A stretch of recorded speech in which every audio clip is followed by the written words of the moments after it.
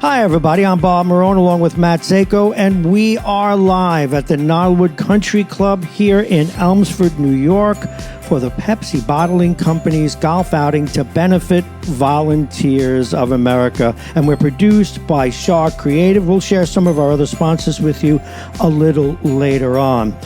My first guest this afternoon, in this beautiful sunny day at the Country Club, is Myung Lee. She's the president and CEO of Volunteers of America of Greater New York. That's right.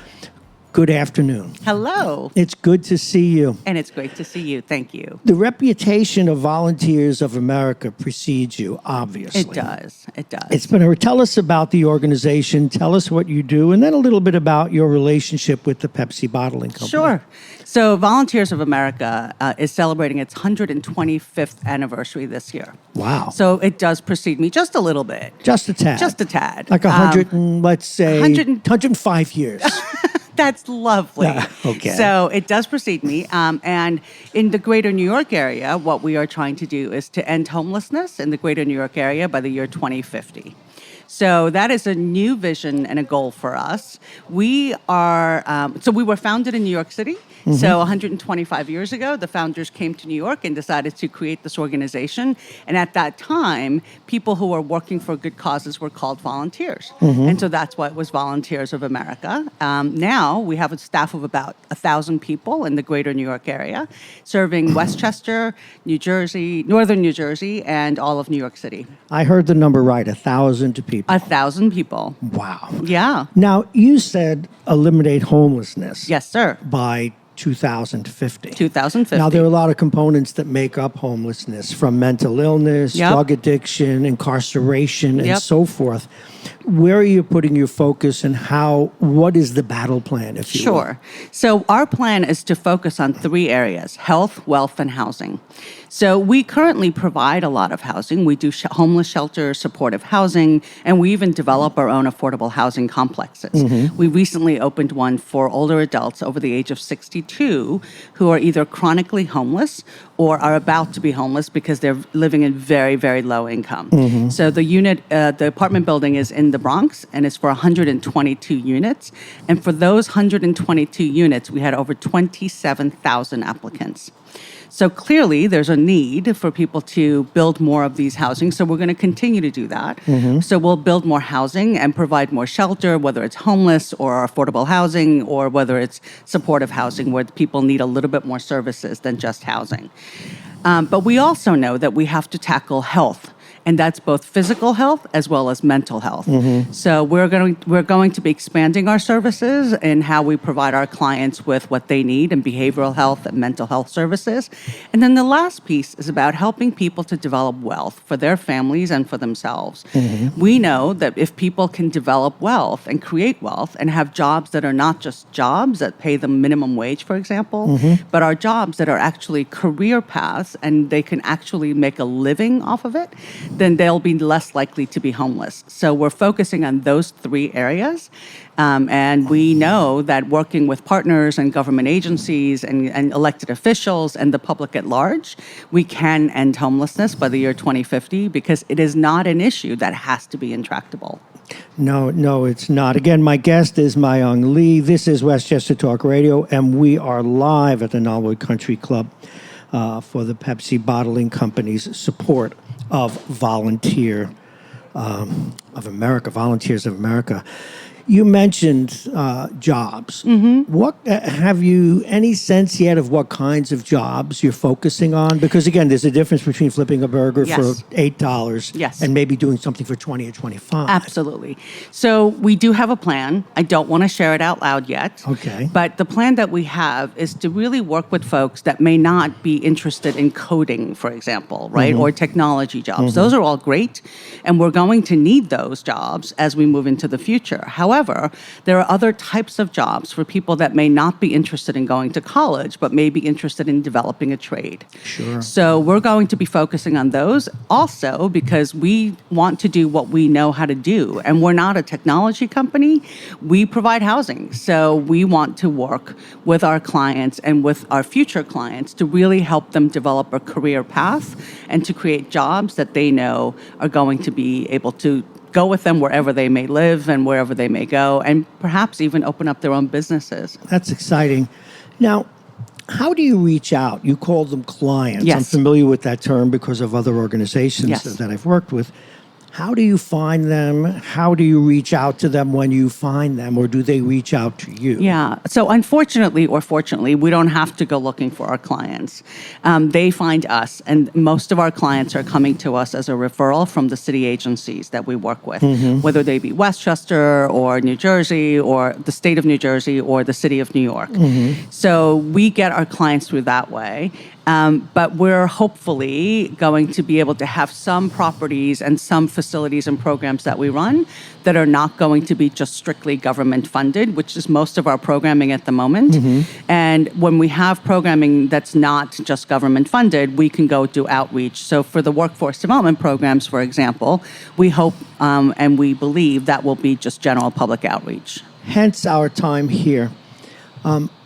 Let's move from the public funding, what Yes. you get through things like Medicaid and whatever, Pepsi bottling companies helping you today. It must be difficult to navigate those waters in terms of getting private funds. Do you have to use them any differently than you do public funds?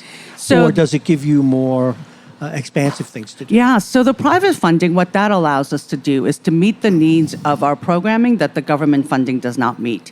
So government funding will probably meet about anywhere from 70 to 80% at most of what we need to do to provide a really good program. So we need to be looking to private sources, whether they be individuals, companies, or foundations, to get them to help us to do what we need. And also government funding, because it's your taxpayer dollars and my taxpayer dollars, right? So the government has to be very careful with how they spend their money.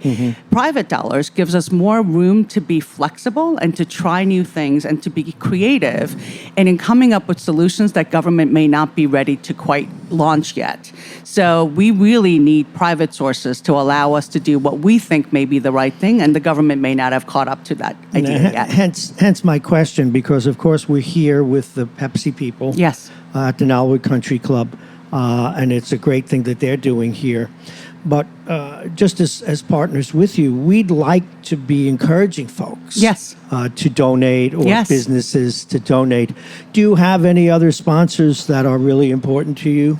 We have many Because, I sponsors would that are think- very important to us. So right now we have a program that is in all of the stores, Walgreens stores throughout the city and throughout the area, and they're doing a drive called Operation Backpack, and it is to help kids to go back to school. And at the cashier, at the cash register, you can donate money to us, and that's through the Walgreens program. We also have other companies that are working very hard to give us funding and to provide volunteers to us, and we are always willing to work with folks to help us. So we welcome them with open arms, and then people can just send in checks, and we always have our website, www.voa-gny.org. Well done. We're going to get to that and ask you Okay. to repeat it in a moment. And again, we must remember it is Volunteers of America. Yes. You do get people who volunteer. There are a lot of we people, do. retired folks who volunteer. Myung, you're in a business that is heartfelt. Yes. It comes, there's compassion, Yes. egalitarianism. What's the most heartfelt thing that you see that you have to do that keeps you up at night? Do you mean what I worry about? Or? Yeah, when a problem that you're dealing with Yeah. that gives you that kind of ache that also motivates you. Yeah. So, so this is an interesting thing to think about, because when you think of folks that the current client base that we are serving are about 80% are either black or brown. So they are coming from particular communities that have dealt with institutional racism, and there's structural issues that make it hard for them to advance. And so we are helping these folks, but we also need to make changes systemically to be able to make help. For example, housing, right? We all know that there are redlining programs that prevented folks from buying houses, Of course. depending on the color of their skin. And so because of that, they weren't able to generate wealth for years, and for their families moving generational wealth. And so I think there are systems like that that we have to change.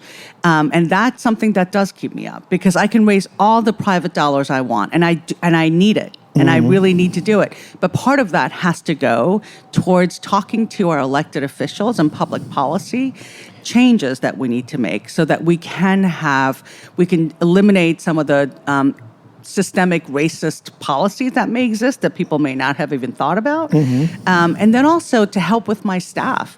I have staff that are making minimum wage, $15 an hour. And that's not enough to live on in New York City. No, it is not. So I worry about that, and that's the contract rate from the city. And I really, really want to focus on raising that for them. So that is where the private dollars will also come in. And they were all essential employees. Every single one of my program staff during the entire COVID quarantine time came to the homeless shelters every single day. Wow. And they risked their lives and their families' lives by coming to work because they knew that they needed to help our needy neighbors. So our neighbors in need, our clients needed to be served. And so our staff came to do that. And so I want to take care of them better. Well, wow. We're on our closing moments with Myung Lee. She is the president and CEO of Volunteers of America, 125 years Yes, sir. young, and she only knows 20 of those years, or 21 of those years, from when she was tiny. We're here at the Norwood Country Club in Elmsford, New York, for the Volunteers of America event that Pepsi Bottling Company is sponsoring, and they're all out playing golf. Anything you want to say about the Pepsi folks today and what's going on? So Reginald Goins is the man who is on our board, and he is our board member, and he is making this all possible with his team. And without people like that, we could not do what we do because the government funding is fine, but it doesn't go enough. No, it does not. And we really need the help of every single private individual to support the causes. It doesn't have to be ours, although I want it to be ours, and I hope it will be ours. But we do need all of the social service providers to be supported by private individuals so that we can do even more to help our clients. Well, I think this is a very good time for you to go over 2 or 3 things. Yes, sir. If people wish to volunteer, Yes. how do they volunteer? If they wish to write a check, if they are with a firm, a company, or an organization that wants to help fund or partner with you, let's cover how people can do that. Well, they can do all of that by going to our website. It's www.voa-gny.org. And I have many staff members who can be supportive, but I think the best thing to do is I will give you my email address, which is M as in Mary, LEEMLEE at VOA-GNY. Give it again. People .org. ran for their pens. Okay. And they go, no, I couldn't keep up. Help me, Myung. Here's my email address. It's MLEE at VOA-GNY.org. Okay. And also going to the website. Yes, the website. And is all always. of those things can be done. I'd like to give you 30 seconds or however much time you'd like to make that appeal.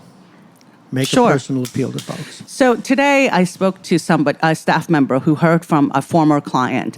We served this client at a homeless shelter with her child back in 2009. She recently reached out to us to say thank you because she is still living in the apartment that we found for her, and she's still living there, and she has accomplished all of the goals, including going to school and getting her GED. And I read minds, you know.